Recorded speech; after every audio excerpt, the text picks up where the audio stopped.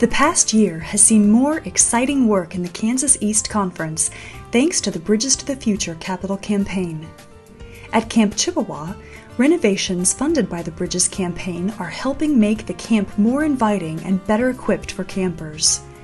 This year, the Asbury Lodge was renovated, adding a new roof, siding, and insulation, new windows, updated electrical throughout the building, new tile and cabinetry in the kitchen, and new privacy walls and stalls in the bathrooms.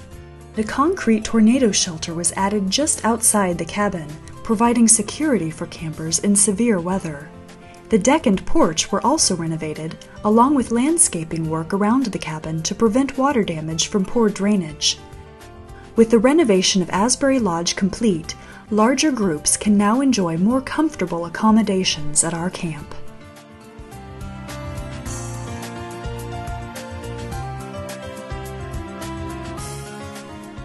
The campus ministry building at Emporia State University has undergone several upgrades thanks to the Bridges campaign. The main common area was redecorated, making the space more welcoming for students, and permacrete was applied to the exterior of the building to increase its curb appeal. The Washburn campus ministry building, which was purchased through a special bequest to the East Bridges campaign, also received a makeover as the ERC Designer Show House in Topeka. The entire building was remodeled and redecorated and now houses several students. I think one thing that I do like about it is that you can do so many different things in different places depending on the nature of the event and the number of people who are there. But it also just looks really cool. You know, each room is different, and I love to give tours when people come and see the excitement on their faces and just talk about the way that it used to look and how it looks now. So that's really exciting. Meanwhile, the campus ministry at K-State put $25,000 towards renovations to its facility this past year and has several students living in the dormitory section of the building. Our residential community has changed the way we do ministry. Instead of just inviting people to a Bible study or a worship service, we're inviting people to live in a Christian community together with brothers and sisters in Christ. The best part about living at the Wesley is just the community and the people that live here. I mean, everybody's family, we all get along, we all go eat together, we hang out, we go watch movies.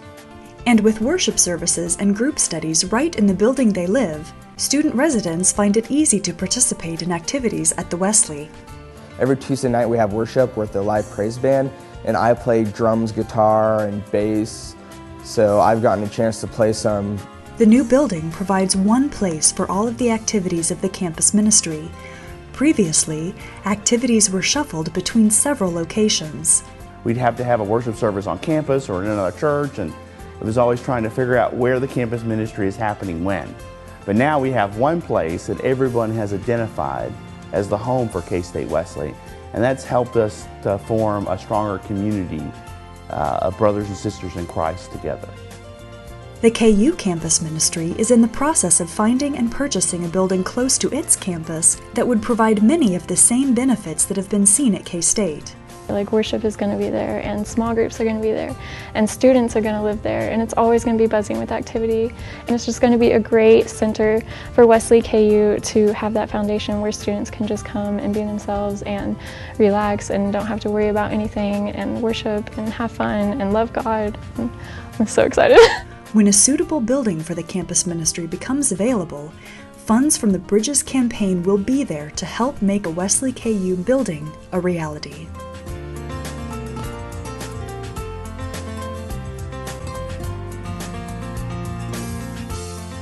The Kansas East Conference's 2 new church starts in the Kansas City area are both continuing to grow and lead people to a deeper faith in God, thanks to the Bridges to the Future campaign. Mick McGuire, pastor at Living Water, and Mitch Reese, pastor at LifeBridge, have both seen many new people develop stronger relationships with Jesus through their churches. The summer was great because we did have 3 different concepts of VBS where we invited in 3 different, almost totally different groups of people. At the end of the year, we were very close to 100 in worship, and over the past 3 months of 2011, we've actually gotten close to 110, so we're definitely over that average 100 barrier. We've seen about a 20% increase over last year, so we're pleased with that. We're hitting about 100 active adults, meaning that they would be one time in a month or more. The two churches have seen not only a growth in numbers, but a deepening in the faith and commitment of their congregations. We've seen small groups really solidify, and we've also watched them continue to grow and reach out. I think they enjoy the idea of becoming disciples and not just coming to church. Both LifeBridge and Living Water are already tithing their offerings to the conference and teaching their congregations that they are a part of a larger connectional system. Our giving is starting to increase, that people understand that it's not just about coming to church, but they have to lift up and support and maintain the mission and ministry of the church themselves, and so they're really doing a good job with that. The biggest thing right now is we just want to get up to viability. We want to get off conference support as quickly as possible. Trying to teach people how to give when they're coming from zero to whatever has its challenges, and we're so thankful, for what Bridges has done, and the conferences have come together to do to allow us to do what we do, because there's no way we could pull this off financially, just no way. Lives are already being transformed through these churches as they reach out to those who are disconnected from a faith life. We had an individual who was totally not church at all, walked in, started coming about in August, and then realized, I need things to change. And just really prayed and asked Christ into his life. And it was just one of those powerful transformation moments when you just saw Jesus fill that individual and their life has just totally changed. And so we're seeing more and more stories like that. And that's what you just go, yes, this is what it's really all about, is change lives. Bridges funds have also enabled more emphasis to be placed on developing Hispanic ministries. In January of this year, Javier Rios was appointed as the Conference Director of Hispanic Ministries. The new appointment includes discerning new places to develop Hispanic ministries and working with teams for new congregation plant sites, coordinating the work of existing Hispanic ministries, and helping train new leadership.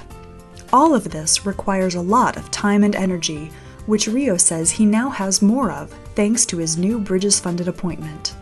I can use more time to training, to look for materials who are really useful and achieve our goals as a ministry, to take time to visit each one of my partners in a specific time, talking to him, making some analysis of what they are doing about their ministry status.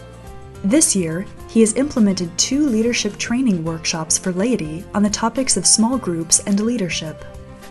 So we already are training lay leaders among the Hispanic ministries, which means more chances to have new preachers, new missionaries, new live speakers, new people who work with us to reach more Hispanic in our communities. The Certified Lay Ministry program has also been helping provide strong lay leadership for existing churches. The program certifies and trains lay members for ministry in local churches. You learn how to preach, you learn how to develop worship services, those things that otherwise it's trial and error. Graduates from the CLM classes usually end up serving small local churches that cannot afford a full-time pastor. The CLM program gives them the training they need in order to lead these churches effectively. You learn theology, doctrine, ways in which the Methodist Church deals with these issues and pushes us to explore them a little further. And this, at least for me, has been something that has pushed my faith, has stretched my knowledge, has encouraged me to dig a little deeper to understand some of these things that we've taken for granted all our life. One of the major components of the church revitalization segment of the Bridges campaign has been the Abide program. Abide works with teams from small membership churches to both develop their foundation in Christ and help them understand the ways in which they can minister to their community. I can't express enough how it has really opened our eyes. It was exactly what our church needed, you know. The fire was there, but what do we do with it? I think it's given us a more of a purpose, a more of a focus, made me more intentional in my service and in my discipleship, and understanding that my role as a disciple is not only for myself, but is to help others. Churches that participate in the program often develop a passion for reaching out in ministry and find their church growing both in size and in faith.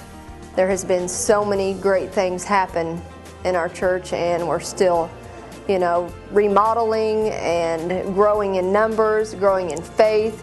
Our youth group, like I talked about, we have 18 to 20 kids in that and are very active. And we have started Sunday school for adults and kids as well on Sunday mornings, and Bible studies are going on, and it's just been amazing.